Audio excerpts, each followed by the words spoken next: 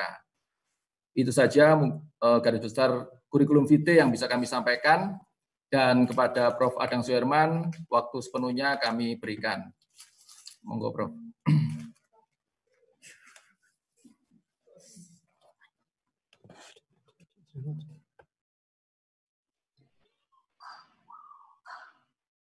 Mute. Baik, terima kasih. Assalamualaikum warahmatullahi wabarakatuh. Yang saya hormati Bapak Rektor UNESA, Bapak Profesor Dr. Nur Hasan, itu komandan saya. Yang saya hormati juga teman seperjuangan saya, Bapak Dekan Vio UNESA, Bapak Setio Hartarto. Yang saya banggakan teman-teman saya, para narasumber, Profesor Tandio Rahayu, Prof. Winarno, teman goes saya. Dan yang saya hormati teman-teman dosen yang sama-sama hadir dalam kesempatan ini, teman-teman para guru pendidikan jasmani dan semua yang hadir. Pertama-tama marilah kita panjatkan puji dan syukur kehadirat Ilahi Robbi, karena atas perkenannya lah kita bisa bertemu pada webinar ini. Mohon sharingnya saya belum bisa masuk, Mas. Sharing screen. Ya, share screen-nya. Dan juga saya ingin mengucapkan banyak terima kasih kepada Bapak Ketua Panitia yang telah memberi kesempatan kepada saya untuk sharing gagasan terkait dengan sudah kelihatan pembelajaran pendidikan jasmani di era new normal. Jadi barangkali ini sudah banyak dibahas tadi, jadi saya akan coba sekilas-kilas gitu. Saya ingin mencoba mengulas sepintas. Yang pertama terkait dengan esensi dari new normal itu sebetulnya dalam pikiran saya adalah untuk memastikan tidak menjadi klaster penyebaran COVID-19 dengan cara menerapkan protokol kesehatan. Jadi itu kata kuncinya adalah bagaimana proses pembelajaran di era new normal tidak menjadi klaster penyebaran. Ada 3 yang biasanya harus dilakukan oleh peserta didik. Yang pertama adalah kebiasaan menggunakan masker, yang kedua adalah kebiasaan cuci tangan, dan yang ketiga adalah selalu menjaga jarak sesuai dengan ketentuan yang ditetapkan. Jadi untuk menjadi sebuah kebiasaan, maka ini harus diajarkan dan merupakan bagian integral dalam sebuah proses pembelajaran pendidikan jasmani. Itu jadi ini ada prosesnya ya. Prosesnya ini kalau di Bandung namanya AKB ya, adaptasi kebiasaan baru. Jadi adaptasi kebiasaan baru ini disengaja diberi waktu gitu ya, karena langsung kebiasaan baru tidak mungkin terbangun. Jadi harus ada adaptasi dulu. Nah, ada beberapa terminologi, tetapi mungkin ini akan saya lewat, karena tadi Prof. Tandio juga sudah menyampaikan ini, tetapi saya juga ingin memperkuat apa yang dikatakan oleh Prof. Tandio, bahwa saya yang pertama ingin mengatakan bahwa pendidikan jasmani itu adalah sebuah proses pendidikan, proses mendidik anak bangsa melalui aktivitas fisik. Oleh karena itu, aktivitas fisik bukan tujuan akhir. Nah, melainkan ya tujuan antara. Oleh karena itu Siddentop itu mengatakan pendidikan melalui dan pendidikan tentang. Tentang berarti salah satunya adalah harus menguasai aktivitas fisik. Tetapi melalui bukan aktivitas fisik yang utama. Oleh karena itu kalau dalam beberapa kesempatan tujuan utama pendidikan jasmani atau output itu adalah physical literasi seperti yang dikatakan oleh Prof. Tandio, yang di dalamnya ada komponen motivasi, ada physical kompeten, dan percaya diri. Percaya diri untuk apa? Untuk aktif dalam kehidupan. Dan tujuan akhirnya adalah active for life. Tujuan akhirnya itu active for life. Boleh silahkan olahraga prestasi, boleh mengisi waktu senggang, boleh kebiasaan melakukan berbagai aktivitas, jangan terus tidur, makan-makan, itu intinya. Active for life. Nah ini, jadi dalam pikiran saya ada sebuah kesinambungan. Outcome-nya adalah bangsa kita terbiasa aktif dalam kehidupan sehari-hari. Apakah aktifnya berolahraga, aktif misalnya mengerjakan secara fisik kegiatan lain seperti berkebun, berjalan kaki, tidak selalu harus naik kendaraan dan sebagainya. Itu barangkali kesinambungan antara pendidikan jasmani, outputnya physical literasi, dan outcome. Nah, di sini banyak pernyataan yang mengatakan bahwa tujuan utama pendidikan jasmani adalah physical literasi. Nah, ini sepertinya saya mengambil beberapa pernyataan. Tujuan utama program pendidikan jasmani adalah meningkatkan physical literasi pada siswa. Nah, misalnya Sam et al. 2016. Lalu dikatakan physical literasi terkait dengan tujuan akhir dari kualitas program pendidikan jasmani, Tremblay 2010. Dan dia katakan setiap orang dewasa gitu perlu memiliki minimal dari physical literasi untuk memperoleh keuntungan sehat dan keuntungan yang berhubungan dengan partisipasi dalam aktivitas fisik, baik aktivitas fisik berupa sport, exercise, atau aktivitas-aktivitas di tempat bekerja atau kehidupan sehari-hari. Jadi, keuntungan dari aktivitas fisik ini akan didapatkan manakala orang itu sudah melakukan aktivitas fisik. Nah, kebiasaan melakukan aktivitas fisik tidak mungkin terbangun pada seseorang kalau dia tidak memiliki physical literasi. Nah, physical literasi ini hanya terbangun apabila dia dididik secara sengaja melalui pendidikan jasmani. Nah, barangkali itu. Nah, lalu komponen apa katanya yang lebih dominan agar seseorang terlibat dalam aktivitas fisik? Nah, what is the critical aspect of physical literacy? Yang tadi dikatakan ada motivasi, physical kompeten, ada confident. Nah, ternyata, ini ada beberapa pernyataan, kadang-kadang orang berpikir katanya, keterampilan gerak fundamental sama dengan physical literasi. Kenyataannya tidak. Itu hanya salah satu aspek physical literasi. Dan dia katakan bahwa aspek kritis dari physical literasi adalah confident, yaitu seseorang untuk melakukan aktivitas atau keterampilan. Nah, itu jadi percaya diri dulu ini. Nah, sekarang kan pertanyaannya bagaimana menumbuhkan percaya diri? Nah, dia katakan di sini, motivasi dan confident merujuk kepada antusiasme individu dan menyenangi dan ada jaminan dalam dirinya untuk melakukan mengadopsi physical activity sebagai bagian integral dalam kehidupan. Nah, itulah confident, motivasi. Nah, bagaimana itu muncul? Lalu dikatakan di sini dengan antara lain menggunakan bahasa-bahasa yang positif ketika mengajar pendidikan jasmani. Nah, around physical activity and about one's ability to do physical skill. Jadi ketika seseorang melakukan aktivitas fisik dan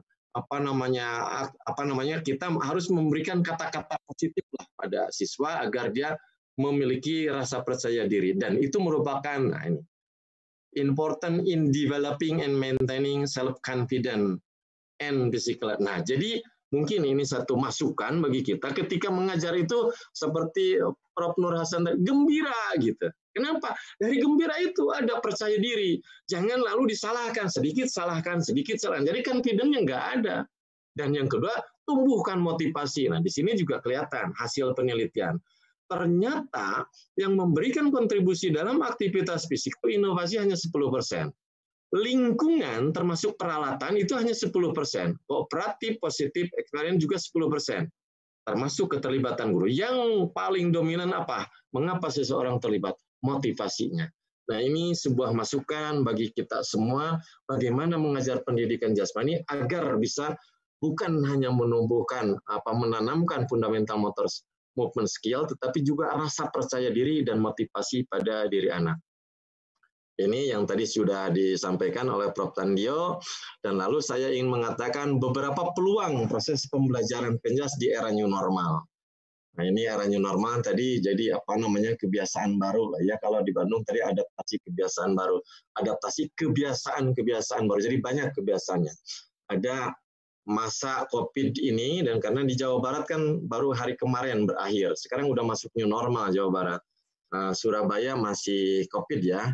Jadi daring dan luring itu untuk COVID, tatap muka, untuk new normal atau adaptasi kebiasaan-kebiasaan baru termasuk blended. Ini dalam pikiran saya.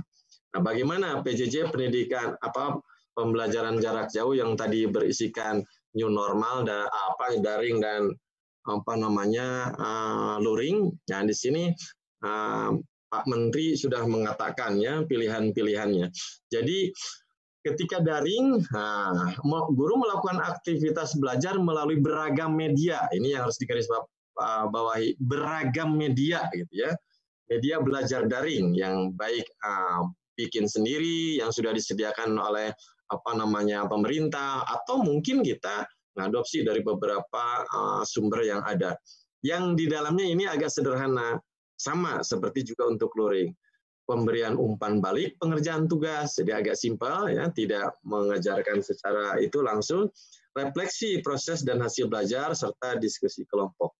Nah, ini ada beberapa pilihan dalam daring. Kita juga bisa menggunakan inisiator yang ada di kita, di ruang guru dan sebagainya, namun ternyata ini juga tidak mudah gitu ya. Yang kedua, kita juga bisa menggunakan LMS, Learning Management System, atau Google Classroom, atau mungkin kalau perguruan tinggi ada Spotspada ya. Lalu atau mungkin juga menggunakan Webex, Zoom, Google Meet, atau mengembangkan sendiri. Atau saya sendiri biasanya mencari dari luar gitu ya sebagai sumber bahan, dan ini sangat menarik karena memang sesuai dengan apa yang dikatakan oleh WHO. Nah, ini sumber-sumber lain saya kira sudah cukup banyak. Di kita juga ini banyak, dan bahkan kalau sekolah ingin mengembangkan ada inisiatif, ini juga diberi kesempatan kepada sekolah, para guru penjas bisa bekerja sama dengan sekolah, atau guru secara terpisah juga bisa, tetap dengan tadi menumbuhkan literasi ya, numerasi dan pertumbuhan karakter ya. Nah, ini saya yang ambil dari luar. Dari luar itu ini ada ya, ada Open Physical Education Network. Di sini agak bagus kalau menurut saya, bukan ini ini everyday, setiap hari ada pendidikan jasmani. Nah, inilah mereka lebih memikirkan keuntungan dari aktivitas fisik.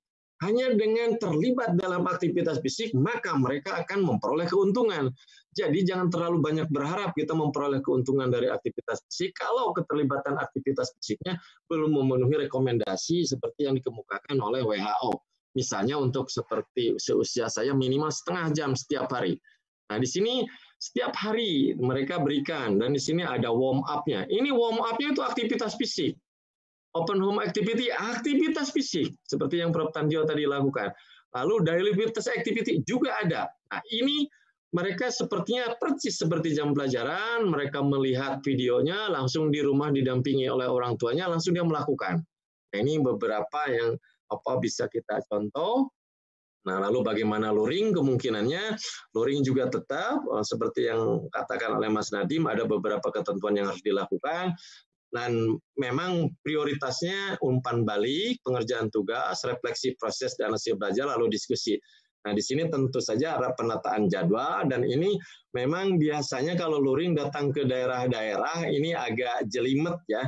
Biasanya berkumpul di tempat-tempat tertentu, misalnya difasilitasi oleh desa, dan biasanya di desa harus ada tempat, dan itu dikolaborasikan dengan sekolah. Nah, ini sudah dan sedang dikembangkan oleh Mas Nadiem. Saya kira penjas mungkin bisa, hanya masalahnya adalah kita harus pergi. Tapi ya memang kadang-kadang itu bisa jadi menjadi pilihan ketika kita mentok dengan daring, kan daring banyak kelemahan. Lalu tatap muka, new normal. Nah, di sini ada yang sifatnya pembukaan, sebagian tadi oleh Prof. Tandio sudah dikatakan. Nah, di sini ada beberapa terkait dengan polanya. Jadi ini misalnya di sekolah SMA ya, di sini ada masa transisi, ada normal. Nah, ini yang transisi itu adaptasi.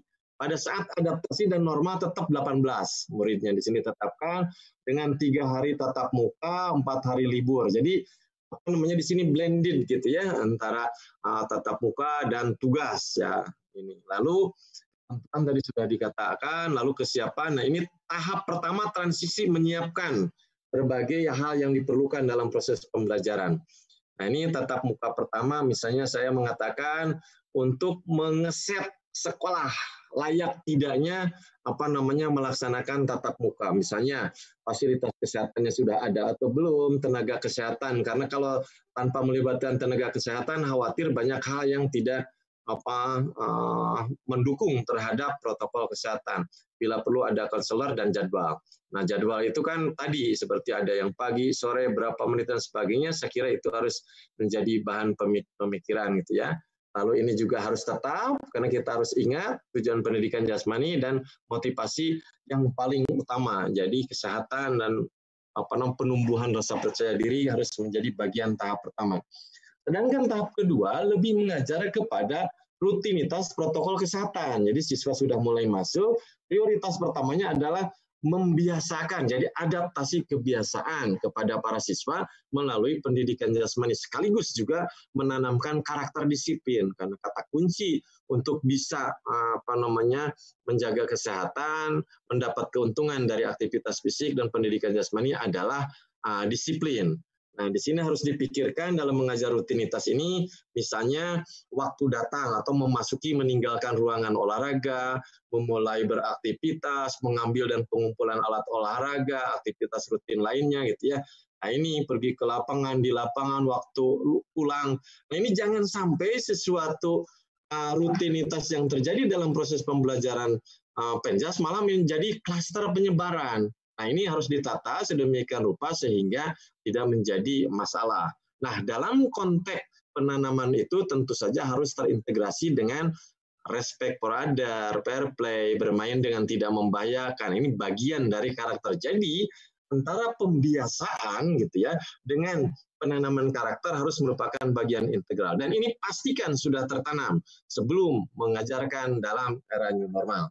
Nah, baru berikutnya kita memasuki acara pembelajaran new normal.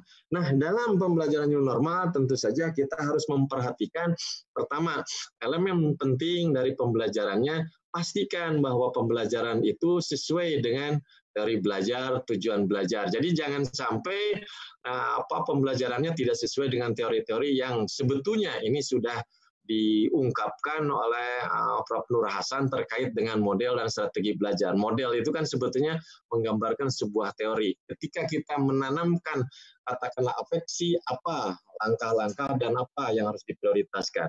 Yang kedua harus sesuai dengan tingkat perkembangan anak, gitu ya, anaknya, lingkungan, guru, developmentally appropriate practice, dan yang ketiga reflective teaching atau di sini orientasinya adalah success rate, gitu ya. Rata-rata keberhasilan. Jadi jangan membuat anak confidence-nya menurun. Setiap kali anak melakukan, gagal lagi. Melakukan, gagal. Ya itu success rate-nya di bawah 80%. Itu hampir bisa dipastikan apabila seorang anak diberi aktivitas fisik yang di luar kemampuannya, maka dia akan gagal. Dan kegagalan itulah yang akan menyebabkan motivasi serta confidence dalam melakukan aktivitas akan menurun. Oleh karena itu, pintar-pintarlah guru memberi pembelajaran secara reflektif, sehingga angka keberhasilan dalam melakukan aktivitas gerak akan didapatkan. Dengan demikian, anak akan memperoleh confidence dan motivasi dari prosesnya yang diberikan oleh guru, misalnya dari modelnya, dari kesesuaian lingkungan, bola, peralatan, dan dari reflektif tadi. Nah, jangan lupa juga elemen penting langkah-langkahnya nanti, apakah langkahnya lebih merujuk kepada direct teaching atau indirect, sesuaikan dengan tujuannya. Sosial sistem, ingat ini seseorang hanya bisa dan senang melakukan apabila sistem sosialnya mendukung, saling menghargai, saling menghormati apabila berhasil dengan mengatakan bagus, good job, dan sebagainya. Termasuk support system, sesuai dengan peralatannya harus sesuai dengan tingkat perkembangan anak, teacher reaction terhadap perilaku anak. Jadi ketika anak berhasil, coba berikan reward positif, coba reinforcement positif, dukung dan lain sebagainya hingga tumbuh motivasi dengan baik. Dan berikutnya jelas kemana arah tujuan dari pembelajaran itu. Nah, dalam tatap muka ini, coba perhatikan dalam pelaksanaannya, berdiri di tengah, tidak boleh meminjam alat, fokus pada dan lain sebagainya. Nah, ini ketiga ini tentu saja sangat memerlukan waktu yang barangkali tidak cukup, karena pembiasaan itu bukan hal yang mudah. Sehingga bisa jadi antara tatap muka tahap 1 tadi penyiapan setting sekolah, yang kedua adalah penanaman rutinitas dan karakter kepada siswa, serta yang ketiga adalah pengembangan pembelajaran dalam new normal. Ini perlu waktu yang mungkin berbeda-beda. Nah, mohon maaf, Prof. Waktunya tinggal 4 menit, Prof. Iya. Ya. Sebetulnya nanti silakan aja dilihat di sana ya. Jadi saya mengharapkan ya tetap ke depan pembelajaran blended gabungan antara daring dan tatap muka harus merupakan bagian integral dalam pengembangan pendidikan jasmani ke depan. Karena dua-duanya memiliki plus minus gitu ya, nilai-nilai tambah yang bisa menyebabkan anak terbiasa, termotivasi dan merasa percaya diri dalam melakukan aktivitas sehari-hari. Nah, blended ini ada 2 pola yang dikembangkan oleh Kemendikbud. Yang ini dikatakan siklus 2 mingguan.